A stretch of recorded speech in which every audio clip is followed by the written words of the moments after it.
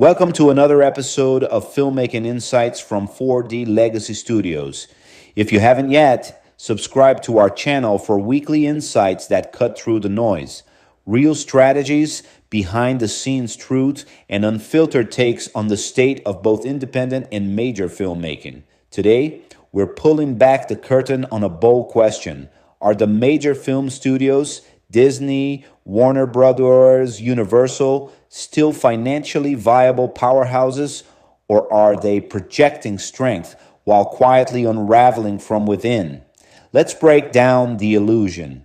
Once the titans of cinematic storytelling, these studios now face an identity crisis masked by press releases and box office highlights.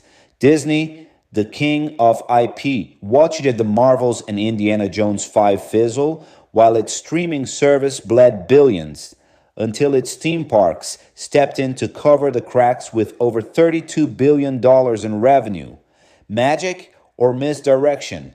Warner Brothers Discovery, meanwhile, has been clawing through chaos post-merger, axing projects like Batgirl, slashing staff, and navigating a $44 billion debt mountain. The irony?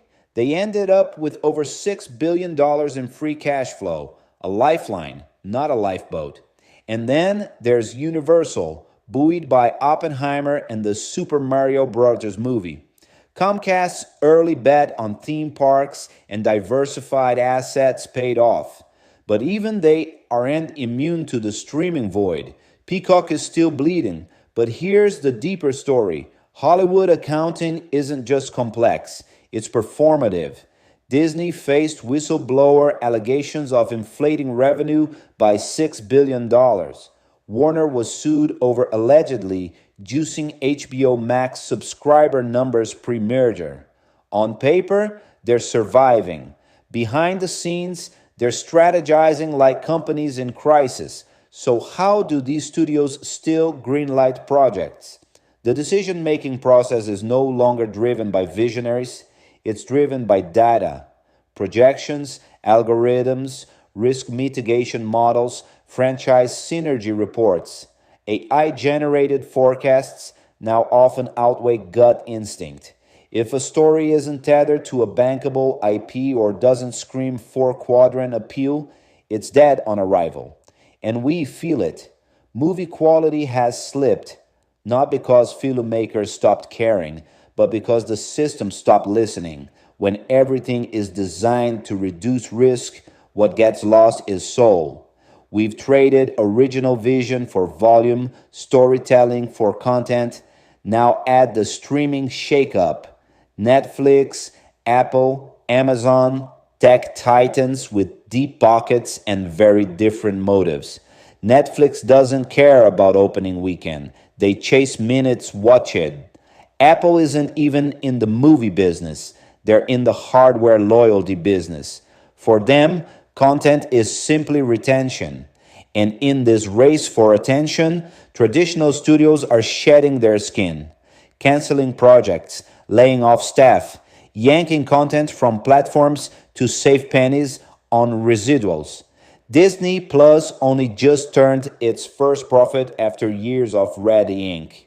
Meanwhile, TikTok and YouTube Shorts are redefining how stories are consumed, 10 seconds at a time.